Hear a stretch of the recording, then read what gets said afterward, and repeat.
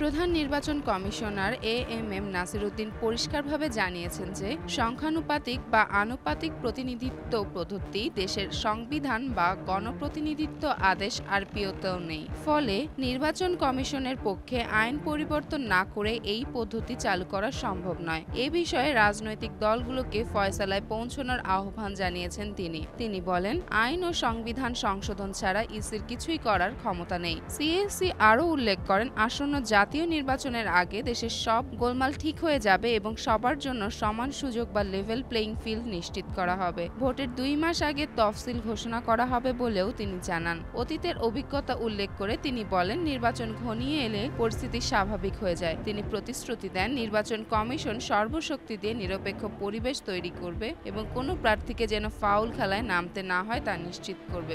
বিকেলে নির্বাচন ভবনে সাংবাদিকদের সঙ্গে আলাপকালে সিইসি কানাডায় 2 সপ্তাহের অভিজ্ঞতা শেয়ার করেন। সেখানে প্রবাসী বাংলাদেশিদের সঙ্গে তার মতবিনিময়ে তারা ইসির উপর আস্থা পুনঃস্থাপনের প্রয়োজনীয়তার কথা বলেন। নাসির উদ্দিন জানান, ইসির উদ্যোগ আইন সংস্কার এবং অংশগ্রহণমূলক নির্বাচন নিয়ে আলোচনা করে প্রবাসীদের আস্থা অর্জন সম্ভব হয়েছে। তিনি দাবি করেন, তার উপস্থিতিতে প্রবাসীদের মধ্যে নতুন আস্থা সৃষ্টি করছে। এছাড়া প্রবাসীদের জন্য আইটি সাপোর্টেড পোস্টাল ভোট চালুর সিদ্ধান্তকে তিনি ঐতিহাসিক মুহূর্ত বলে উল্লেখ করেন এবং প্রবাসীদের ভোটে অংশ নিতে উৎসাহিত করেন। চেমন ফারিয়া, জনকণ্ঠ।